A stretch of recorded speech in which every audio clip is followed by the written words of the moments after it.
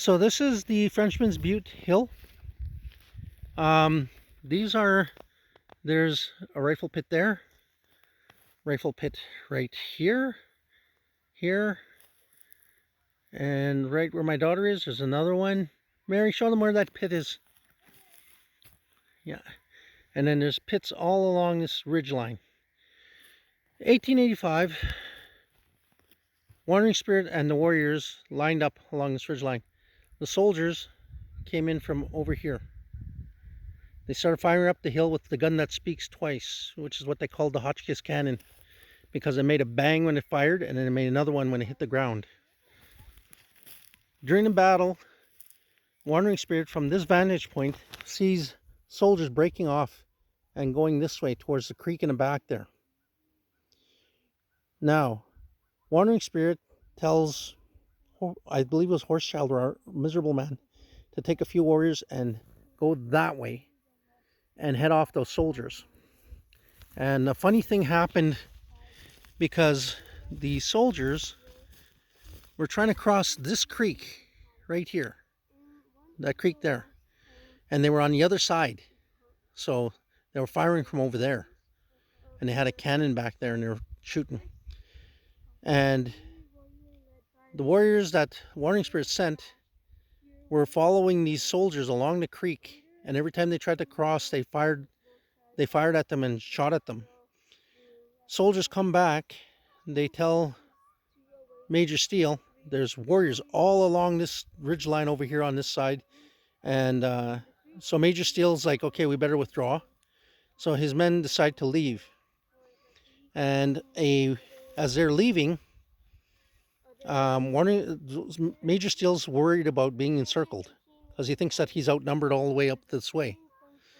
So they're getting ready to leave. One of the soldiers is all upset. He's at the bottom of the hill, and he sees a warrior on the ridgeline somewhere along here. His name was Memnook. Now, Memnook was on a horse, and he was watching the soldiers leave. And as the soldier left, he turned around and he fired a shot.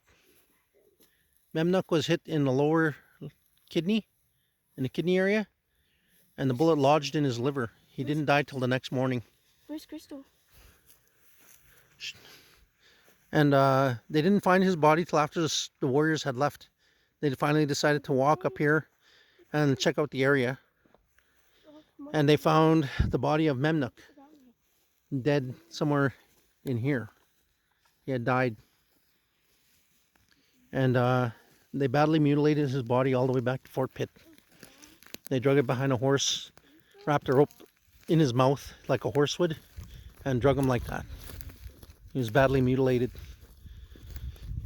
And he was perhaps the only casualty of this.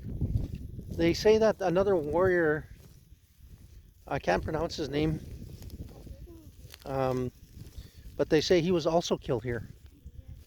I can't remember how he was killed, but I think it was the cannon. Cannon hit him. And when that happened, that's when Wandering Spirit started losing his desire to keep his promise, as he had said, never to look on a white man except to kill him.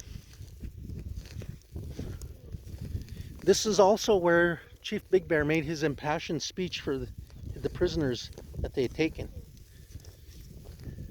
Wandering Spirit had said at this very spot that he would never look upon, he had never looked upon one, he had made a promise never to look upon a white man except to kill him.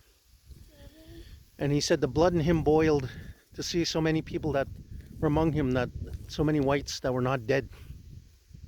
And Big Bear stood up and told him, he said, they've never known how the cold can bite and sting. He told Wandering Spirit to look upon them. He said, they're naked. He said, look upon them and have pity. And then he sat down, and that was the last he ever spoke to his son in Wandering Spirit. He had told him, I've spoken for the last time.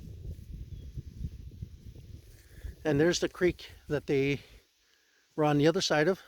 They were fighting over there. And somewhere in those trees, they had a cannon set up over there. They had a cannon set up, and it was firing on this hill. And there's some more pits in here. 20 all in total. There's 20 in total, my girl said. She counted them. So that's how many warriors. Some of them shared, so there was probably more because I think some of them shared rifle pits. But this is where all the warriors fought from. Some fought because they were upset that they starved for so long and lost family members. But Wandering Spirit, he just wanted to kill. From my opinion, because like I said, he had that promise. He had said never to look upon a white man except to kill him. And yeah, this battle changed the dynamics of how Wandering Spirit and his people were. After that, it was a flight to Loon Lake, which was in that direction. And a battle called Steele's Narrows is where a chief named Sigaskuch and two of his counselors were found dead outside their teepees. So, yeah,